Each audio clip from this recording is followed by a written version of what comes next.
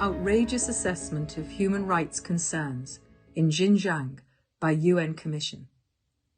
Solidarity with the people of China being subjected to abhorrent and baseless accusations as part of the imperialists' relentless drive to war. Statement condemning the UNHCR's assessment of human rights concerns in the Xinjiang Uyghur Autonomous Region, People's Republic of China. The following statement was initiated by Friends of Socialist China and has been signed by our party, among others. We strongly condemn the publication by the Office of the High Commissioner for Human Rights, OHCHR, of its assessment of human rights concerns in the Xinjiang Uyghur Autonomous Region, People's Republic of China. In the words of former OHCHR lawyer and human rights expert Alfred de Zayas, this document should be discarded as propagandistic, biased, and methodologically flawed. Based on substandard research methods and biased sources, the assessment is completely lacking in credibility. It treats arms of the military-industrial complex, such as the Australian Strategic Policy Institute, the ASPI, along with professional anti-communists, such as Adrian Zenz, as legitimate sources. Meanwhile, the voices of Chinese NGOs, academics and individuals are suppressed, as are the numerous reports of diplomatic trips to Xinjiang, including by representatives of Muslim-majority countries, that have taken place in recent years. The assessment pointedly ignores China's extraordinary progress in promoting the human rights of all ethnic groups in Xinjiang in relation to poverty alleviation, social welfare, economic development, safety from terrorist attacks, and more. Instead, the document uses deliberately ambiguous language that China's actions may constitute crimes against humanity in order to slander the People's Republic of China whilst maintaining some plausible deniability. It is highly suspicious that the assessment makes no mention of the then UN Human Rights Commissioner Michelle Bachelet's visit to Xinjiang in May 2022.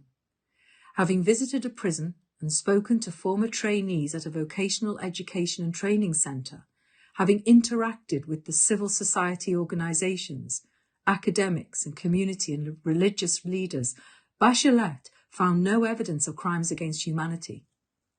The numerous conversations she had do not form part of the data set for the assessment. What is the reason for the disparity between the OHCHR report and Bachelet's end of mission statement? It is painfully obvious that the OHCHR has come under intense pressure from the USA to bolster the credibility of the lurid slanders that have been thrown at China by Western politicians and journalists. Such propaganda forms part of the West's imperial agenda of undermining China. The OHCHR assessment does a profound disservice to the cause of strengthening global human rights cooperation. The report does not enjoy a mandate from the General Assembly or the Human Rights Council, and it runs counter to the wishes and interests of the mainstream of the international community.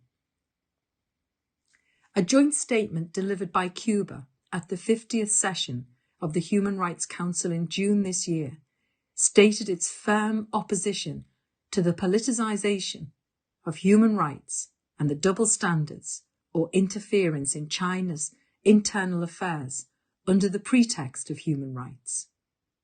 This statement was signed by 69 countries, the overwhelming majority from the global south, i.e., the oppressed countries. Given the OHCHR's relative silence in relation to persistent human rights abuses by imperialist powers, it is impossible to avoid the conclusion that the assessment is politically motivated, produced under pressure from the USA and designed to contribute to a dangerous, escalating new Cold War. We call on the OHCHR to withdraw its assessment, and we stand in solidarity with the people of China, subjected to abhorrent and baseless accusations.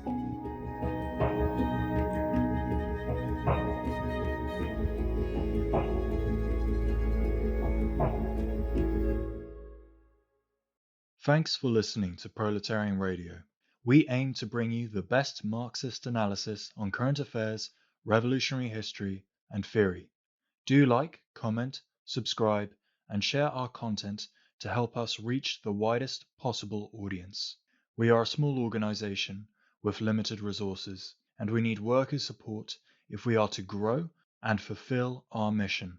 If you are able to make a one-off or regular donation, no matter how small, please visit our website at thecommunists.org and register as a supporter.